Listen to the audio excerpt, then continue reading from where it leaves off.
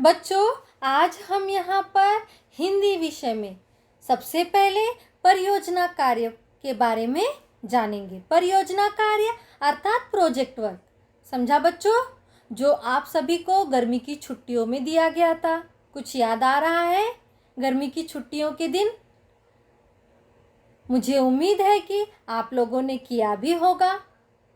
जिन बच्चों ने किसी कारण से नहीं किया है, उन्हें करके सबमिट करना है बच्चों। उन्हें करके यह तैयार रखना है। सबमिट करने के लिए किसी भी समय बोला जाएगा।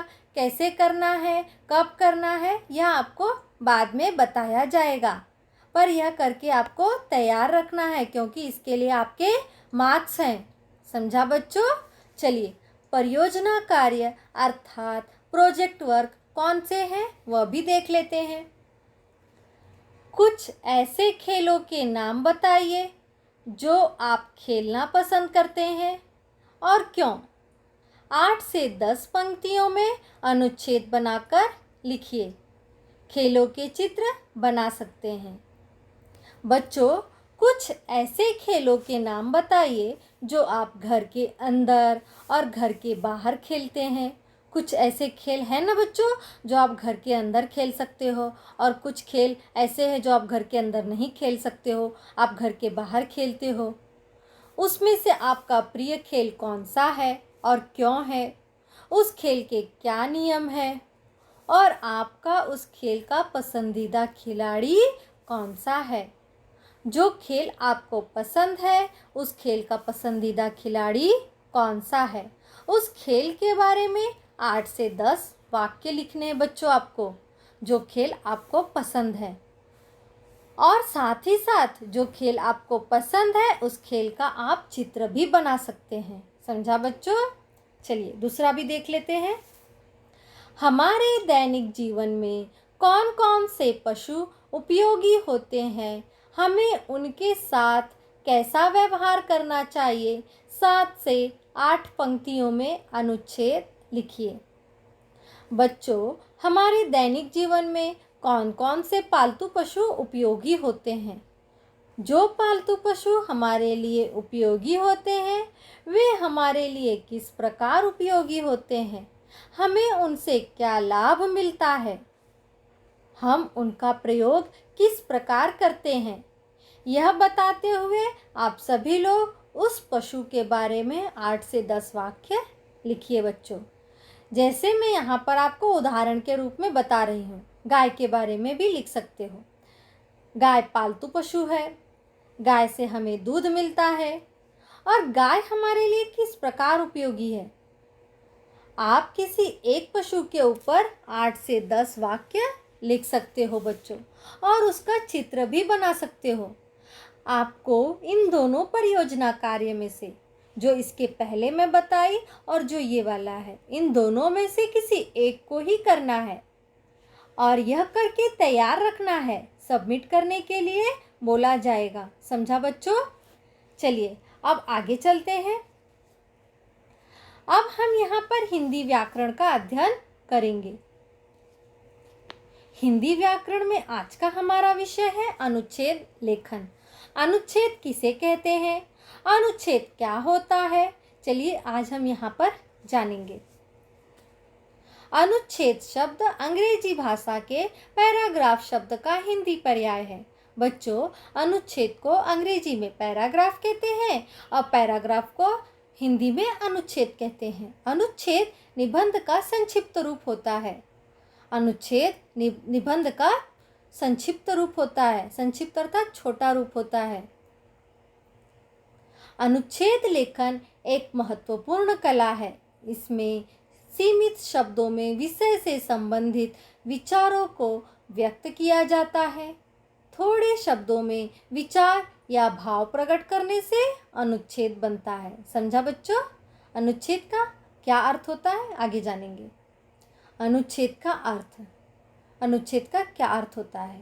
परस्पर संबंध यानी कि जुड़े हुए कुछ वाक्यों का समूह। अनुच्छेद का अर्थ परस्पर संबंध यानी कि जुड़े हुए कुछ वाक्यों का समूह। अब अनुच्छेद किसे कहते हैं, आगे जानते हैं। अनुच्छेद की परिभाषा। अनुच्छेद किसे कहते हैं? किसी विषय का संक्षेप में वर्णन करना अनुच्छेद लेखन कहलाता है।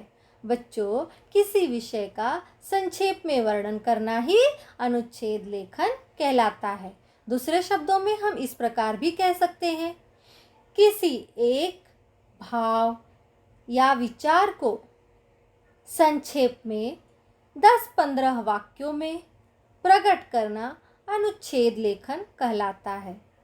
किसी एक भाव या विचार को संक्षेप में 10-15 वाक्यों में प्रकट करना अनुच्छेद लेखन कहलाता है। समझा बच्चों? चलिए, अब अनुच्छेद लिखते समय हमें किन किन बातों को ध्यान में रखना चाहिए? बच्चों, अनुच्छेद लिखते समय हमें निम्नलिखित बातों को ध्यान में रखना चाहिए। जब आप अनुच्छेद लिखोगे उस समय आपको इन बातों का ध्यान रखना चाहिए जो मैं आपको यहाँ पर बताने जा रही हूँ। पहला क्या है? इसके वाक्य छोटे छोटे होने चाहिए। वाक्य कैसे होने चाहिए? छोटे छोटे होने चाहिए। ज़्यादा बड़े वाक्य नहीं लेना है। इसके वाक्य छोटे छोटे होने चाहिए। सभी वाक्य एक दूसरे से जुड़े होने चाहिए। समझा बच्चों? दूसरा, भाषा शैली सरल एवं प्रभावशाली होनी चाहिए।